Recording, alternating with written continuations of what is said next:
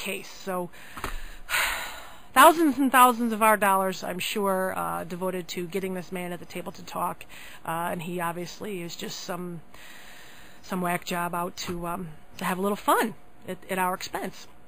And meanwhile, we have this teenager, the Somali teenager, out in I believe it was Portland, who they've arrested for some terror activity. But he's 19, and the only reason they caught him was because the FBI gave him a fake bomb.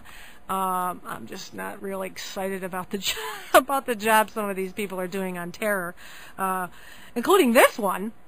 A Homeland Security Department under ICE, Immigration and Customs Enforcement, has seized a few dozen websites. This happened just Friday. They've seized the domain names, and when you go to the sites, there's this big banner that says this website has been seized by Homeland Security and ICE. What are they targeting?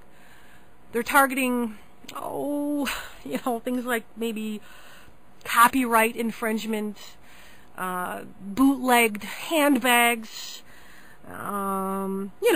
things that Homeland Security and our immigration officials should be spending their time on.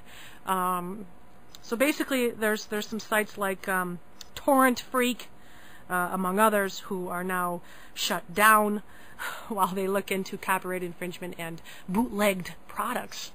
So it's good to know. Good to know Homeland Security and our Immigration Department are going after these horrible, horrible people. Senator Ron Wyden, Democrat of Oregon, has admitted it is too heavy-handed, and he has requested that they discontinue this particular investigation. So, great job, Homeland Security. Another interesting story about our security. They finally have done what I said they should do all along, which is to ask our military personnel how they feel about the Clinton-imposed "don't ask, don't tell" policy for gays in the military. And basically, they have done that, and upwards of 70% of the respondents in our military have said they have really not much of an issue with lifting this particular ban. That 70% was divided down to positive or apathetic mixed feelings about it. And I find this very interesting because back when we had when women were introduced to the military, and when we had African Americans, there were bans on African Americans in the military, and instead of asking the soldiers what they thought, of course, the government just did what they wanted, resulting in racial tensions and sex tensions. So now perhaps maybe this is the better route, whether you agree with it or not. Apparently letting some time pass with this particular policy and asking the military themselves how they feel might be the better way to go.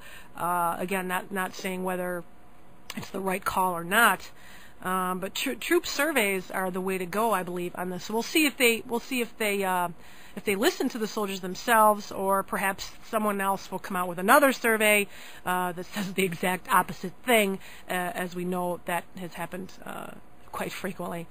On to some use of our tax dollars that I have very mixed feelings about. A working group, they call themselves, unquote, working group that the Congress put together. Aren't they always supposed to be working? But they have a special name when it's a working group. A working group has put out a 116-page report, recommendations to Congress about how to improve child safety online. This working group was formed by the Commerce Department and submitted the report a couple days ago, Friday, in compliance with the Protecting Children of the 21st Century Act. And what they did was they took various individuals and organizations, both private and public, which at least that's some good news there. They took people from the private sector as well as the public sector and formed this panel to discuss child safety online. And there's some interesting things. They did come out with some interesting statements on it that I just thought were kind of fascinating, that I'm not sure we've thought of. Basically, what they've said is that we can no longer consider the internet or texting as a part of a child's life, a part of a teenager's life.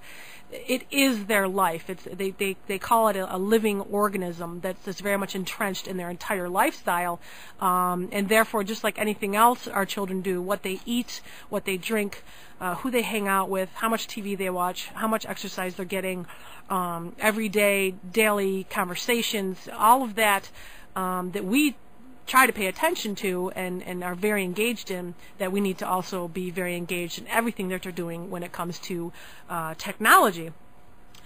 Basically, they've formed this little toolbox. They call it a toolbox, saying that parental control technologies, that we need to, of course, their solution, put more money into parental control technologies, such as filtering and monitoring, safety features on connection devices, media ratings, and then family and school policies regarding what our children are doing online as well, and of course government policy. They say it's multidimensional. Their online lives of kids is synonymous with their what we would call their regular life, and they're of course bringing forth all these recommendations as to how to promote safety of children. I think it's a great study, and it's nice that they had the private sector on it. But again, multiple studies that have already been done on this subject, specifically by more conservative or religious groups, Family Research Council, Media Research Center, and so on. They've already got the solution to this. They've done their own surveys and their own studies and their own quote-unquote working groups where it's the parents. It's the parents' involvement that's the key. So again, I'm not sure, who knows how much money spent on this particular panel and the hours they put into it and the paper and the ink, etc., to basically tell us what we already know, which is that parents need to become more engaged in their children's lives. So we'll see if anything comes out of this panel or working group, whether it's legislation or spending, which I'm sure could likely happen. So on a more comical note, I suppose it's comical, little poll done by Quinnipiac regarding Michael Bloomberg, Mayor of New York City, Michael Bloomberg, where they asked respondents whether or not they would like to have Thanksgiving dinner with the mayor. And it was interesting. 56% to 42%. 56% said thanks, but no thanks. 42% said yes. Let's see, they polled 1,287 New York City registered voters. I think registered voters might have skewed that a little bit.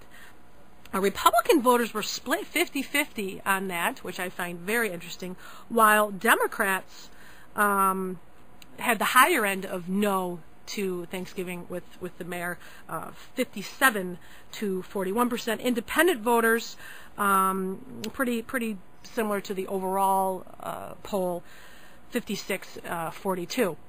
So I just found that very, you always say something like, I'd like to go sit and have a beer with him. But in this case, they're saying, would you have Thanksgiving dinner with this person? And overwhelmingly in New York, they said no to Mayor Bloomberg. He got the highest rates in Manhattan, which doesn't surprise me at all. I think we should do something like that around here. Not necessarily with our mayor, but I think that would be an interesting thing to look at. Who would you rather go have a beer with, or who would you rather have Thanksgiving dinner with? I think it's very telling as to the kind of person, kind of people that we have elected to represent us, and whether or not, if we can't trust them sitting in our own living rooms or dining rooms, how can we trust them to run our towns and our counties? You've been listening to the Amy McManus Show. Have a good day. AM 1480 WLEA.